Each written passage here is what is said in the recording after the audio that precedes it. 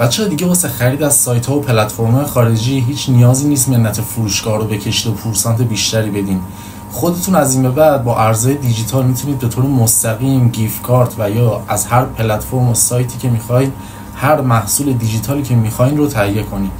و تو این کلیپ قرار 2 از مطمئن‌ترین و امن‌ترین راه‌هایی که واسه این کار هستش رو با هم دیگه تست کنیم.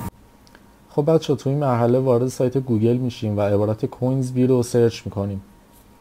اولین سایتی که واسمون آورده رو باز میکنیم و همونجوری که میبینید یه سری پلتفرم و سایت ها مثل استیم، پلی استیشن، بازی پابجی و حالا اپل و کلا سایت ها و پلتفرم های دیگه واسهتون میاره. و اگه 1% پلتفرم یا سایت شما تو این سایت وجود نداشت، میتونید از گیفت کارت های مثل پیپل یا ویزا کارت تهیه کنید و خودتون به طور مستقیم از اون سایت خرید کنید. اینجا واسه مثال حالا ما وارد استیم میشیم و اینجا ریجن مقدار گیفتمون و ارزی که میخوایم باش پرداخت کنیم رو انتخاب میکنیم و بعدش این به ما یه آدرس میده و از طریق صرافی های ایرانی مثلا نوبیتکس خیلی راحت و مطمئن میرید به اون آدرس پرداخت میکنید اون مقداری که به شما گفته رو و گیفت کارت رو به شما میده به همین راحت.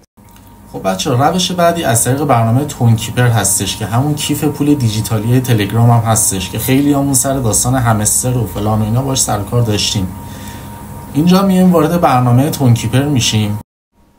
خب توی برنامه تونکیپر از اون پایین قسمت براوزر و بعد قسمت توکن استور رو انتخاب میکنیم و همونجور که میبینید دوباره یه سری سایت ها و پلتفرم ها رو واسه ما آورده که حتی خیلی هاشون هم بعضی موقع آف روشون هست و شما میتونید گیفت کارت ها رو پایین تر از قیمت حد معمول خرید کنید.